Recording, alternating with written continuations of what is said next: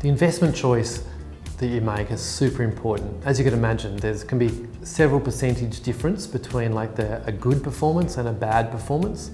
And over time, it can just make a world of difference in terms of the final outcome for your retirement and your portfolio value. Today, in this video, I'm just going to explain two styles of management and explain the differences between the two. The first one is what we call an index fund. Sometimes they're called tracker funds. And basically the way they invest is they invest in every single company within an index. So an index is like, think of Australian shares. There's hundreds of companies that are invested on the Australian Stock Exchange, and we may invest in an index which has got investments in all of the first 200. Okay, now an index fund invests in all 200. Okay, and for that reason, they're often lower cost because they're not having to pay analysts to work out which investments or which shares to buy and to sell, because it's quite simple. You just invest in every single company in that top 200 or that 200 index. Over the years, index funds are gaining in popularity and they're performing very well too. I generally find, especially when markets are rallying, index funds do really, really well. The other way of investing money is choosing what's called like an active manager.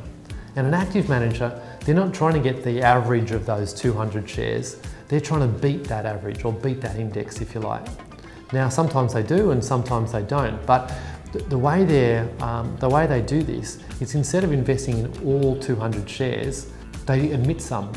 So they've got to make a decision of which shares they're going to leave out and which shares they're going to leave in. Now, I'll give you an example around COVID time. The active manager could quite easily look over at an index manager or an index investor and say, oh, with an index, you're investing in Qantas. And as we know, Qantas in COVID had all their planes on the tarmac. I'm an active manager, I'm not going to invest in Qantas because I know they're not doing so well right now. However, I'd like to invest in another company, maybe CSL, because they are doing the rollout for COVID with the vaccines.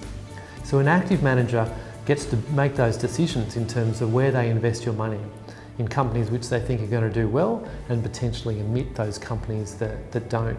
So there's two decisions, I guess, whether you go index or active, or maybe a combination of both, some index and some active. So you've got diversification. Because like I said, sometimes index funds do really well and sometimes active funds do well as well. I hope this helps, and if you'd like advice, please reach out, we'd love to help. Thank you.